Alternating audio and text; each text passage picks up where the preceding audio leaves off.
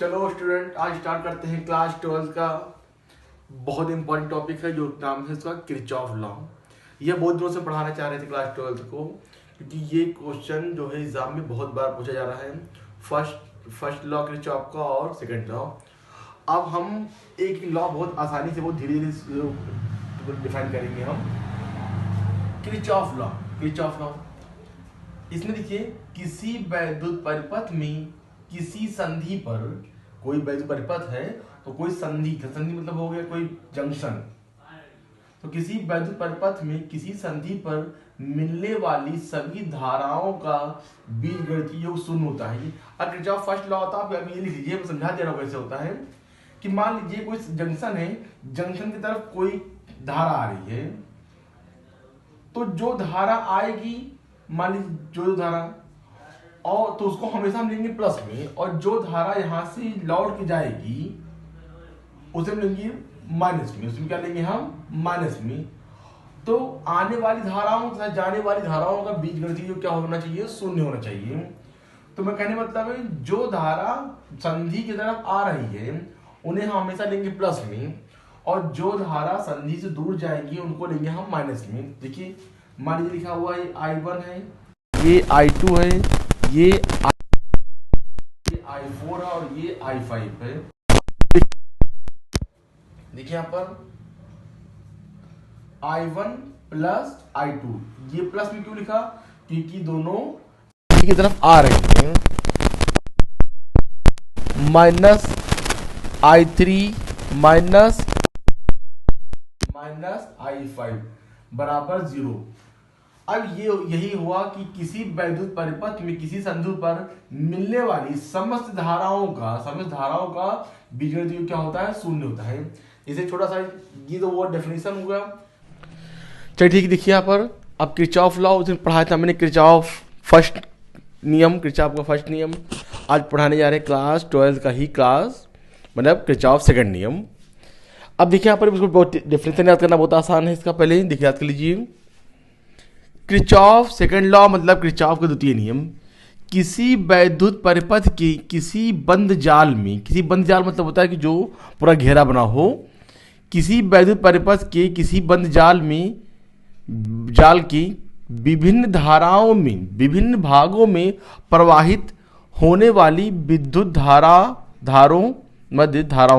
धाराओं तथा संगत प्रतिरोधों का गुणनफलों का बीजगणितीय योग उस जाल में उपस्थित कुल विद्युत वाहक बलों के बराबर होता है, उनके योग के बराबर होता है। मतलब क्या हुआ कि मान लीजिए कि यहाँ कोई एक बंद जाल है और यहाँ पर भी क्या है? प्रतिरोध लगा हुआ है, यहाँ पर प्रतिरोध लगा हुआ है, और यहाँ पर क्या लिखा हुआ? कोई सर्किट बना हुआ है, कोई सर्किट लगा हुआ है। तो अगर इसमें जो भी धारा बहेगी उसको हम IR की फॉर्म में लिखेंगे। इसकी फॉर्म में लिखेंगे IR की फॉर्म में लिखेंगे। तो मान लीजिए I1 है और ये है 5 है, ये लिखा है, ये 8 दिया गया है, और तो ये भी I1 होगा, और ये दिया 30, तो हम इसको इस फॉर्म में लिखेंगे।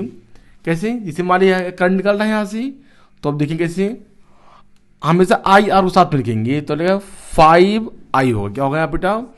5I1 हो जाएगा, और ये घूमते घूमते यहाँ पर आएगा, ये क्या लिखा? 8I1, तो प्लस 8I1 बराबर कितना हो जाएगा यहाँ पर? 30। अब 30 क्यों? क्योंकि विद्युत वाहक बल है आपका, ये वोल्ट है, तो हमेशा IR को साथ में लिखेंगे, और वोल्टेज को हमेशा, जो भी यहाँ पर विद्युत वाहक बल है, इसको हम बाहर लिखेंगे। ठीक है। अगर एक और होता है मान लीजिए यहाँ पर, तो इन दोनों को साथ में लिखते हैं, इन दोनों वोल्टेज को या विद्युत वाहक बल को साथ में लिखते हैं।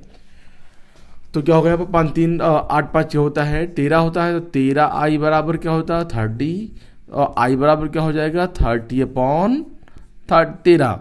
तो ये आपका एम्पियर में आंसर आएगा। हो गया आंसर। तो लिखा है, किसी विद्युत परिपथ की किसी बंद जाल की विभिन्न भागों में प्रवाहित होने वाली धाराओं तथा संगत प्रतिरोधों का गुणनफलों का बीजगणितीय योग जो है उसके विद्युत वाहक बल में, उसके टोटल विद्युत वाहक बल के बराबर होता है। ये डेफिनेशन याद कर लीजिए, बहुत ज़्यादा इंपॉर्टेंट है। उस पर हम 2-3 न्यूमेरिकल लगवा दे रहे हैं। देखिए यहाँ पर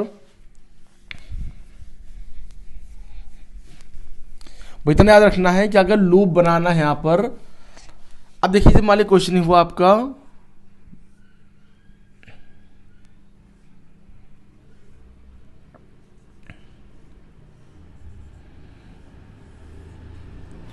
अब हमने कहा मान लीजिए 10 है और 10 वोल्ट, और यह लिखा यहाँ पर 3 ओम है और ये 4 ओम है, ठीक है।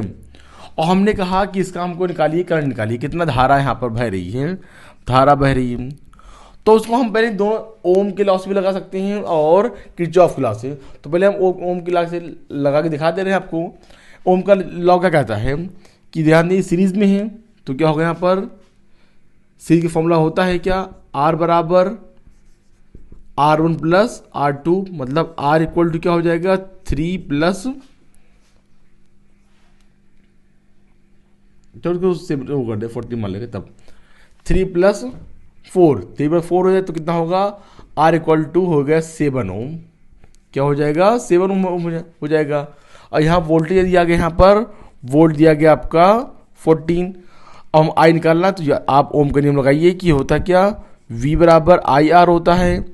अगर आई निकालना होगा तो क्या होगा, V अपॉन आर।